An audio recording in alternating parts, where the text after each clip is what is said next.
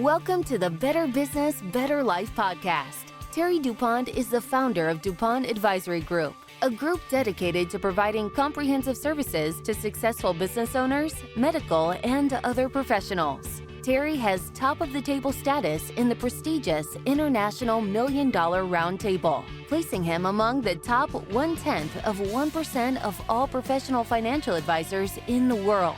Terry's philosophy is, I've learned that I grow and prosper more by focusing on the success of others, rather than fretting over my own. Terry is a certified financial professional with the Institute of Financial Wellness, an advisor for the Power of Zero Taxes in Retirement, chartered retirement plans specialist, certified wealth preservation planner, and certified philanthropic developer. On the podcast, Terry brings together experts in their field who have succeeded in building their business to share their secrets with you. And now, here's your host, Terry DuPont. Welcome, everyone, to this week's episode of Better Business, Better Life, Building on Your Success. And I'm your host, Terry DuPont. Today, ladies and gentlemen, we have with us Courtney Kingery. Courtney is a CEO at Indiana Soybean Alliance. She's also with the Corn Marketing Council and the Corn Growers Association. I believe you're CEO of all three, if I'm not mistaken. Courtney is an accomplished global business leader with success in driving double-digit growth through regional execution, I should say, of global strategic vision and bringing innovation to life. So, Courtney, welcome to the show. We're glad to have you. How are you doing? Hey, Terry, thanks for having me. I'm doing great. Waiting for spring to start here in central Indiana, but we're doing well. Yes. Yeah, it's kind of tough the last few days. It's either cold or warm and nothing in between. So, yeah, I'm waiting it out too. Good thing it's just around the corner. So, Yep. Spring's a busy time in agriculture. So farmers of Indiana are anxious for spring to get here so that they can get in the fields and get planting. absolutely. And they're all around me. Okay. So can you tell us a little more, Courtney, about you and why you started your career? I jokingly say, and people have heard me say before, I'm an accidental Aggie. I never planned on getting into agriculture, and now here, almost 30 years later, I'm still in it. When I started off, I studied economics. How I started that was I loved economics, political science, and history. I took all three of them my freshman year in college, and I said, whichever one I get an A in, that's what I'm going to choose as my major. So I got an A in economics, and that's what I did. Mhm. So I really wanted to, as I was getting through that, really wanted to focus on global trade and international business. I see global trade and international business really the key for global prosperity. So I always knew I wanted to work in that space. And really, what better way than the agricultural space to work in global trade? Because really, it's not just commodities, but you're moving a product from an area of surplus to an area of deficit. So it's all about moving really food products, fuel products around the world. So that's really what it was for me. It was about that agricultural global trade and addressing those global economic issues. Okay, good. It sounds like a lot of logistics. Am I correct? Absolutely. Logistics plays a big part. When I'm out talking to young people in the ag industry, I say that there's enough room at the table for anybody who's interested in agriculture or anyone who has an interest. When you think about the table of agriculture, from finance to marketing to logistics to international business, trade, contracts, global trade, there's a lot of room for young people, no matter what their interest is. It's not just row crop production and animal husbandry. While that's a very important part of it, there's a lot of chemistry, there's a lot of science, a lot of business, a lot of finance. So if any of your listeners, if any of the folks listening in have students who are thinking about what's a career for me, I don't know what I want to get into, I would really encourage them to look at agriculture. Because if they are technology, finance, economics, logistics, we need great people in the ag industry. Awesome. Awesome. From the time you started, the time you got out of college until now, what's been the biggest challenge that you faced? For me, I spent the majority of my career in the for-profit. So for me, one of my biggest growth opportunities is making the transition from for-profit to not-for-profit. I've grown personally to be more patient and bring more people along with me on the journey. In agriculture, especially the farmers I work for and working for a not-for-profit board and serving that board, they think in terms of seasons, not quarters. Mhm. So I've heard many of the farmer leaders on the board say that if they're lucky, they have 40 or so seasons to farm. So all of the farmers on the checkoff boards are all volunteer board of directors. They're all volunteer farmers selected from their geographical areas. They meet 4 times a year. So bringing them along on this journey and working with them through this is important. So an example, one of these big projects, the board approved it after meeting to discuss it 4 times. That's it, 4 meetings. Now, when you look on the calendar, it was about, a year, 18-month project, but for them, it was only 4 meetings to approve this project. And that was one of the single biggest projects we had as an organization. So I've had to learn a lot of patience in preparation for making those 4 meetings a year really valuable for the directors who choose to give up their time to serve on the board. I've heard the board members say that when they actually come to these board meetings, because they're farmers, they're multi-million-dollar business owners, Mhm. they're losing money being at these businesses because they're not running their operations back on the home front. And 95% of farms in Indiana are family owned still. Mhm. So for me, it's about also making those meetings as valuable as I can for those farmer leaders. Gotcha. Okay. Um, I know you came out of college with a lot of knowledge. However, how did you become an expert in this business that you're in? Well, I'm sure you've heard it, and other guests have said before about Malcolm Gladwell's theory of, you have to work, 10,000 hours in any one area to achieve true expertise. Well, being the economist, I did that math. So for a 40-hour work week, that means it takes 5 years to be an expert. Well, none of my bosses ever in my career have given me the luxury of waiting 5 years for me to be an expert. And I'm guessing most of your guests and your listeners don't have the luxury in any of their jobs of waiting 5 years to be an expert. So for me, it's about collaboration and finding those teachers who are willing to share their knowledge with me. So in the for-profit space, in my previous roles, I didn't know anything about food science and food chemistry. So I found very patient PhDs who were experts in food science and food chemistry who would take me into the lab and show me the difference between a thick protein drink and a thin protein drink, and a high protein nutrition bar and a candy bar, and what's the difference between them and why. I found patient engineers who would walk me around a processing plant and explain the difference between a spray dryer and a drum dryer and the cost differential of running those two and what a mass balance calculation is. So really about finding teachers who are willing to share their time and talents with me. And for me to be intellectually curious, to ask the questions and to thank them for their time and then use and apply what they taught me. I found that they were more willing to continue to share with me when I not only thanked them for their time, but actually applied what they taught me and shared with me, and they could see that and they could see my growth. Yeah. I always find it interesting when I see collaboration um, being a good thing, because it is a great thing and is becoming more and more popular as we move forward in this new culture. So kudos to you.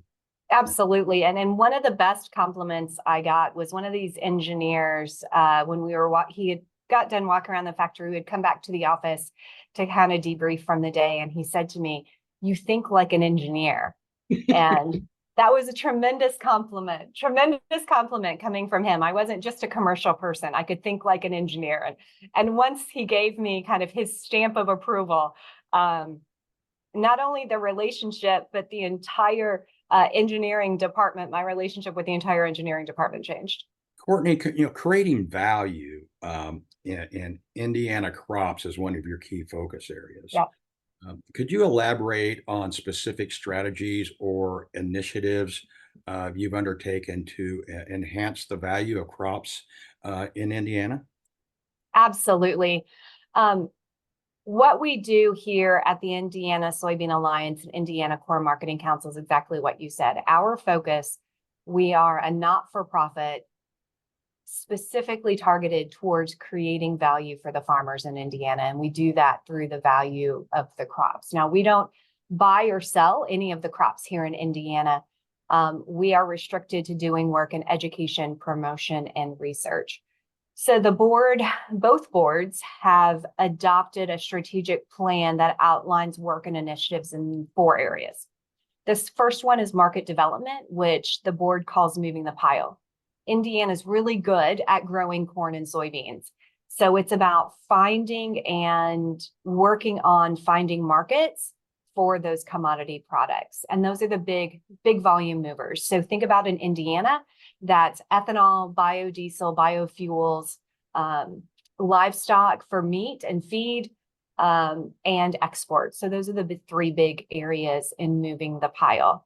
Another area of work they do, which is a separate but equally important, we call it value creation. So whereas moving the pile is big volume, this is smaller volume, but emerging markets and more niche markets. So higher value, but much smaller volume. I'm sure, yourself and your listeners, that there's big volume that kind of base loads, but then you always want to have some of these value add-ons. And that's what we do in that value creation space. Working with a lot of early startup companies, new companies, universities, a lot in that space. We have a student new uses competition with Purdue University, and it's coming into about 30 years in which Purdue University students form teams and pitch their ideas to industry leaders, and the winning team gets $25,000. So that's a great incubator for new ideas to come out of university students. Awesome. Another area that we do a lot of work in is sustainability. As you can imagine, in agriculture, sustainability is incredibly important. When you look at what companies and what investors are asking for around sustainability and agricultural sustainability, the farmers of Indiana, we call it the 3-legged stool, how they've defined it. So that's economic, social, and environmental sustainability.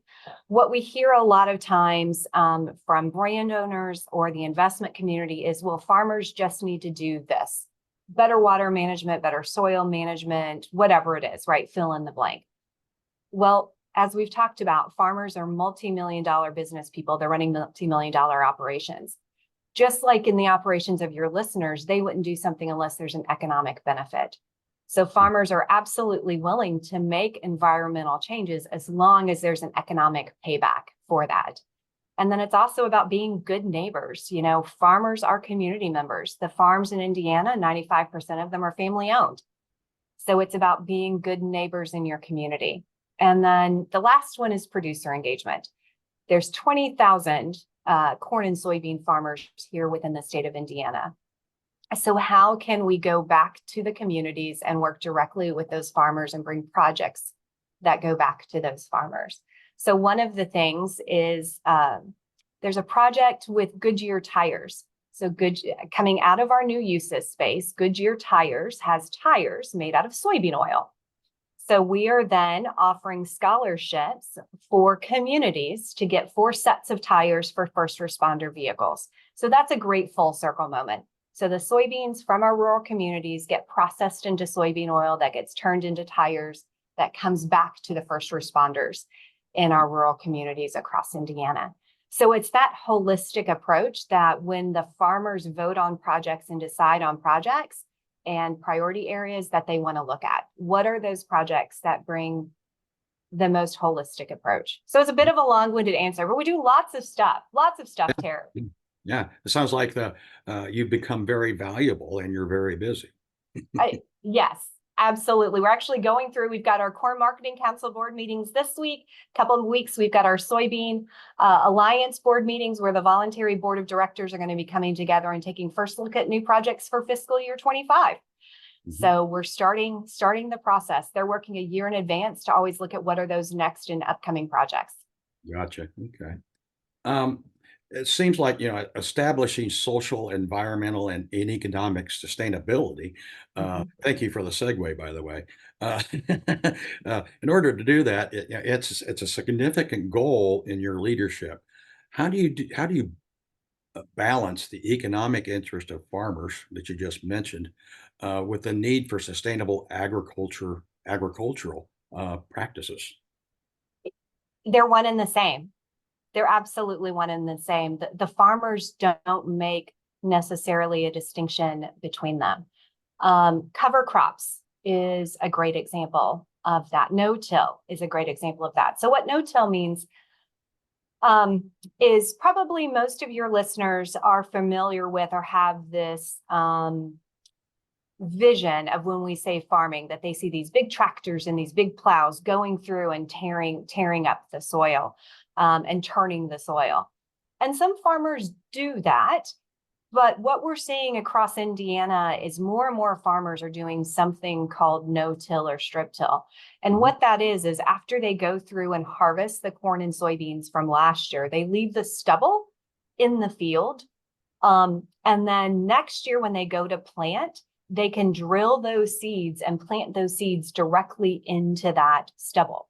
So almost if you think about it, if you've ever aerated your lawn and then gone back and kind of top seeded your lawn, kind of similar to that almost, where you've got some residue from previously on that, and you can go back in and still put some seeds in the ground.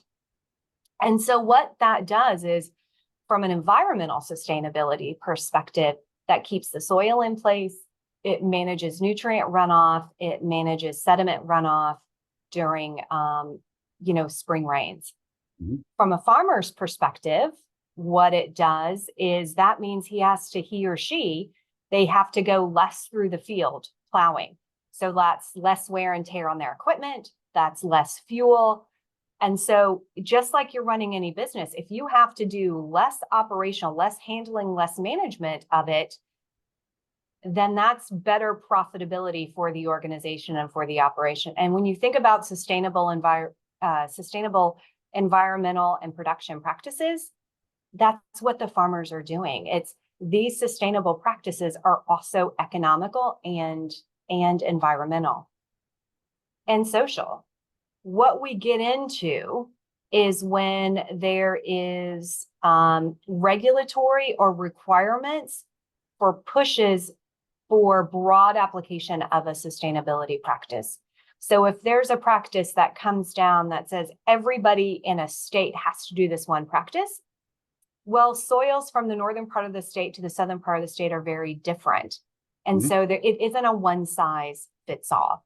So what we look at and what the farmers on the boards value is, are we increasing the number of sustainability practices and the number of positive production practices, but we're less prescriptive about who does what, because some cover crops work on some fields and they don't work on others. No-till works on some fields, but it doesn't work on others. Just like you can't prescribe one size fits all for a business, you can't prescribe one size fits all for agriculture. So it's about working with each farmer and picking what's best and right for their business and their operation. Gotcha. This next question is going to take us back a little bit to a conversation that we had offline.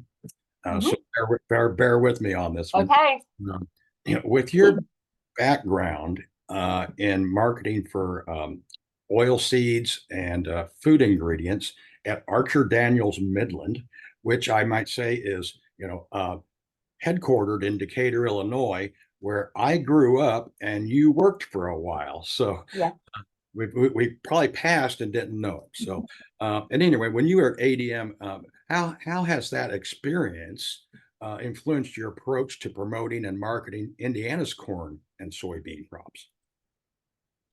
It was absolutely foundational. I was with ADM for 17 years, and it was such a valuable experience for me. From my merchandising trading to learning about how do crops and commodities flow, how are commodities priced, what are the economic factors that push and pull on that, all the way through. I had an outside sales job so having to sit down in front of customers and clients and learning what it was like to negotiate a contract, how to negotiate, how to do a value-added sales call, how to negotiate on something other than price. These are all invaluable lessons that I was so fortunate to have great management and great leadership in ADM to really go through that and to teach me and train me.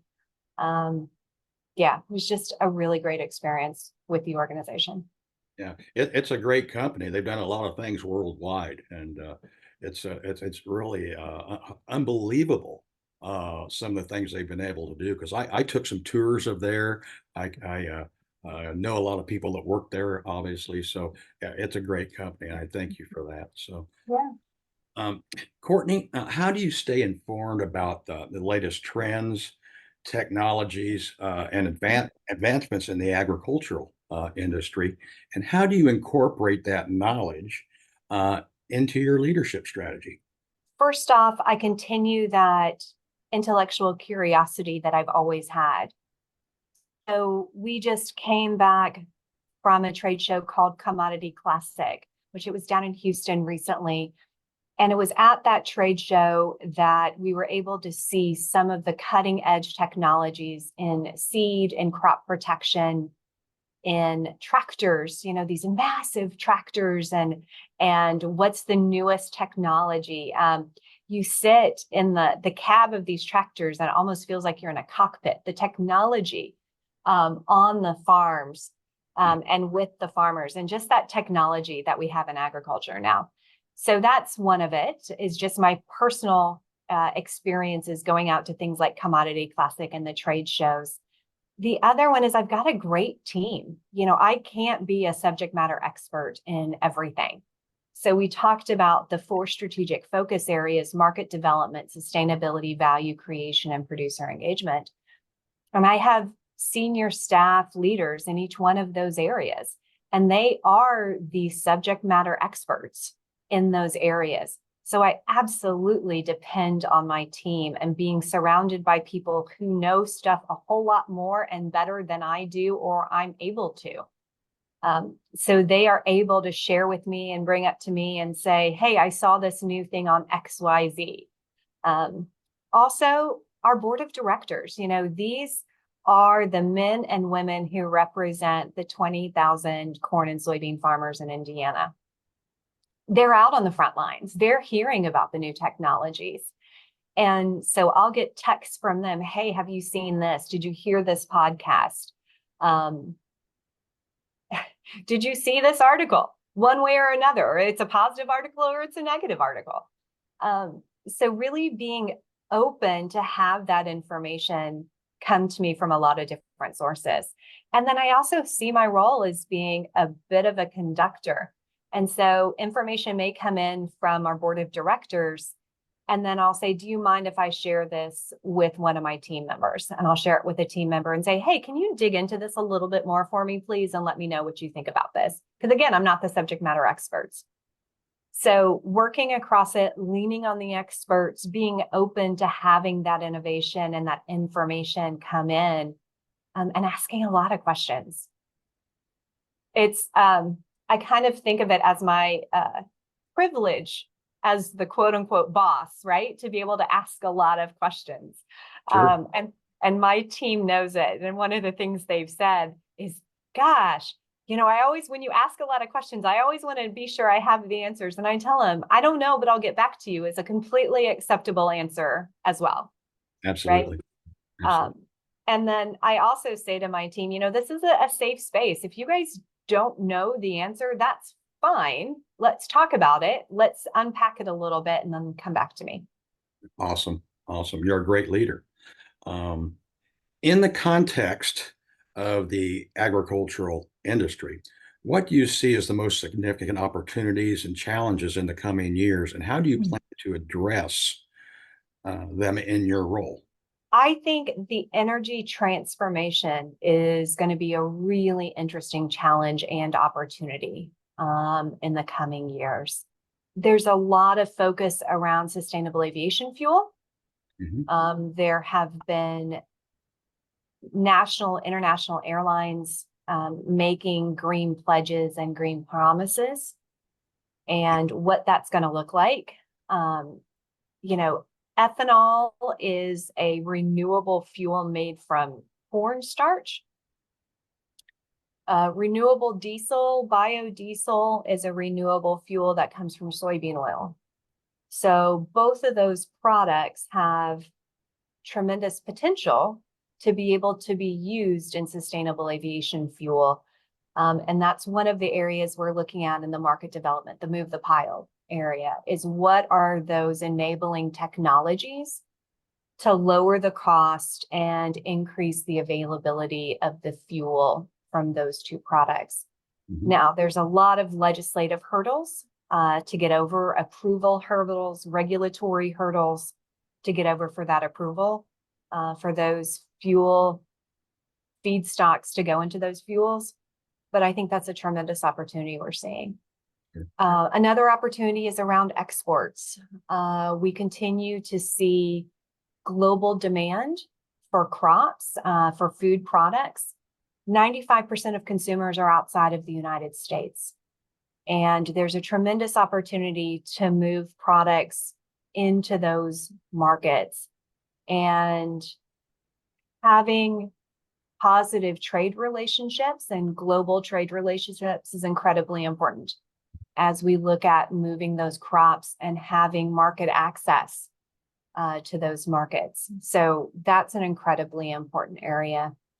I think some of the risks that we're seeing is if we don't have market access to those international markets, I think that could be really damaging for market opportunities for the value of commodities.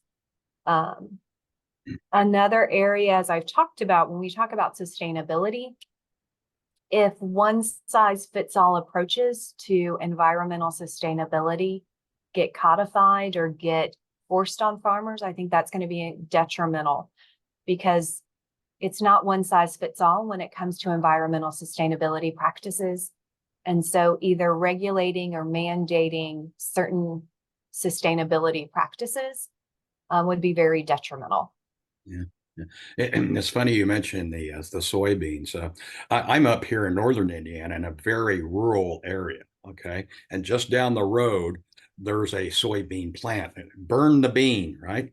And they make fuel out of the soybeans. So I'm right here next to it almost. But I'm glad you brought that up. Yeah, one of the great opportunities we've seen right here in Indiana, Terry, it's a product called high-oleic soybeans.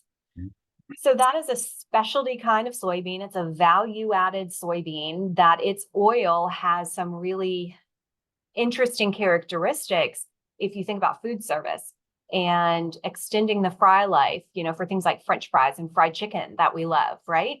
Soybean oil is used pretty extensively in food service and restaurants. And high-oleic soybean oil has an extended fry life. So restaurants can fry almost twice as long. So that reduces the cost, that improves the efficiency of the restaurants. And that soybean, which is that specialty soybean, has delivered about $100 million in premiums to Indiana soybean farmers. So that's a tremendous success. Is that an oil that has a high flash point? Is that why it's lasting longer? You got it. You hit it exactly. That know your oil, Terry. Yeah, I really didn't know. I had to ask that. So I knew that, and I had to get you to tell me so I know I was right. But yeah. Cool. So it has a really high temperature. It has a higher flash point. It doesn't burn. It doesn't brown as quickly. So really for high temperature food service, French fries, fried chicken, it's fabulous. And we've actually got a relationship with Gainbridge Fieldhouse and the Pacers down here in Indianapolis. And they're using that exclusively in Gainbridge Fieldhouse. So everything from Pacers games to we recently had the All-Star game to the Taylor Swift concert, all of the French fries and chicken tenders are going to be fried in high oleic soybean oil here from Indiana farmers. Did Taylor get some of that? We are hoping that she will carry a bottle on stage. That's what we're really aiming for. If Taylor can just carry a bottle of it on stage, we'll be set. We'll be set. Awesome. Awesome. Courtney, what is something that you know now that you wish you knew when you started? Don't take things quite so seriously. Have some fun along the way. You know, when I was just starting out, I was so serious and I wanted to do everything so right. One of my bosses told me one time, I don't have just a type A personality, I have a type AAA personality. So he used to jokingly call me AAA. I could have had a little bit more fun along the way, not taking things quite so seriously. Yeah. That's a good one. That's a good one. Let me ask you, Courtney, how do you now define success? It's changed a lot. I'm sure you can even look over your career and the arc of your story and how success has changed for you. I guess let me start off by saying I never could have written this story for myself. You know, when I was that 22-year-old merchandiser, I never could have envisioned that this was even where I was going to go. It has far surpassed my wildest dreams for myself. So for me now, it's about enabling success of my team. And everybody on my team, they define it a little bit differently for themselves. I have one team member who really enjoys being in service to the farmers and developing the markets. And so I just turn him loose and let him do what he does really well. I have one team member who is just back from paternity leave. So she's back. Today is her first day back in the office. So helping her adjust as she has this new chapter in her life. I've got one team member who has not come from the agricultural space, has joined our team, and we're putting him through a leadership program to connect him with other ag leaders in the state. So each one of my team and staff is in a little bit different place in their own journey. Spending time understanding what it means for them to be successful and working to enable them to be successful. Good, good. We've talked about a lot of issues here. Is there anything that you wish to share that we haven't talked about? I would just say, you know, your listeners and your clients may not have a view of what modern agriculture is, or if they do, it could be maybe tinted slightly negative. But I want to reassure your listeners that agriculture is one of the most authentic occupation that there is. As I said, most of the farms in Indiana are family owned. When they talk about sustainability, you know, they talk about economic, environmental, social sustainability. But when I ask them, so what does that really mean for you? Well, that's so that my granddaughter and my grandson can come back to the farm. They talk about generations of farming. They talk about how, you know, I've just had the fourth generation born, or the fifth generation is just learning to walk. So it's about that piece of it. And it's also about that there is a place at the table for anyone who feels a desire to have an impact bigger than themselves.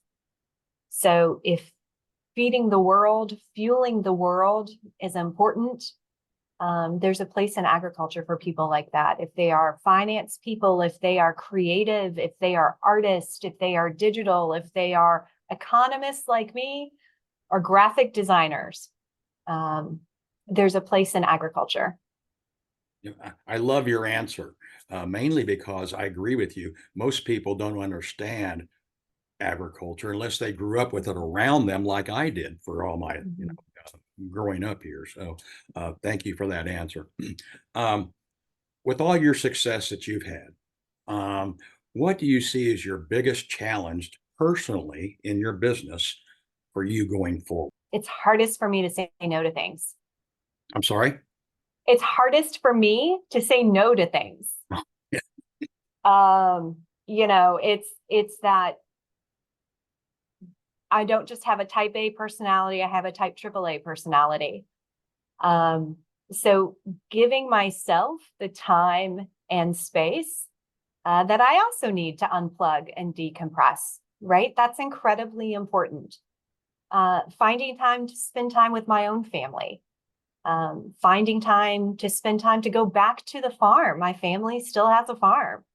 And walk the soybean fields and walk the corn fields and be out as they're doing plantings in the spring and smell the dirt and smell the earth. There's a certain feeling when you get out into the countryside of Indiana that you probably know, Terry. There's a smell and a feeling about it and a calmness about it. And making time for myself to be able to reconnect to my roots that run deep here in Indiana agriculture. That's awesome. That's awesome. Courtney, we've got all of your contact information down below. But where could our audience go to learn more about you in the best way? I would ask any of your listeners who want to learn more about agriculture and what we do at the Indiana Soybean Alliance, Indiana Corn Marketing Council, and Indiana Corn Growers Association to check us out online. We're at incornandsoy.org. So that's IN for Indiana, incornandsoy.org. They can also follow us on social media. So on LinkedIn or what is it now? X, I think is what we are now. LinkedIn, social media, Facebook, all of those were out there. So your listeners can absolutely find us there. Or I also have my own personal LinkedIn that folks can find me on LinkedIn as well. Okay, awesome. Courtney, we're going to wrap things up here. You've been an awesome guest. Glad you came on. Happy to have you. So, ladies and gentlemen, this has been our Better Business, Better Life, building on your success with me, your host, Terry DuPont. And remember, ladies and gentlemen, the best way to predict the future is to create it. See you next week. Take care. Thanks, Terry. Thanks, everyone. This has been the Better Business, Better Life, Building on Your Success podcast. If you have questions about creating tax-free wealth and income, forward-looking tax mitigation, strategic risk mitigation, wealth preservation and legacy planning, and advanced financial management, go to DuPontAdvisory.com or email terry@DuPontAdvisory.com. 49 faces looked to him in triumph. Over the last 12 months, they had each taken turns and promoted his business for a week at a time, driving over $987,342 in revenue. What if you had a network of 50 centers of influence who promoted your business every week for a year? Grab your copy of the #1 Amazon best-selling book, The Ultimate Guide to Growing Your Business with a Podcast, at 33% off the Amazon price by going to ultimatepodcastbook.com. Again, that website for 33% off the Amazon price is ultimatepodcastbook.com.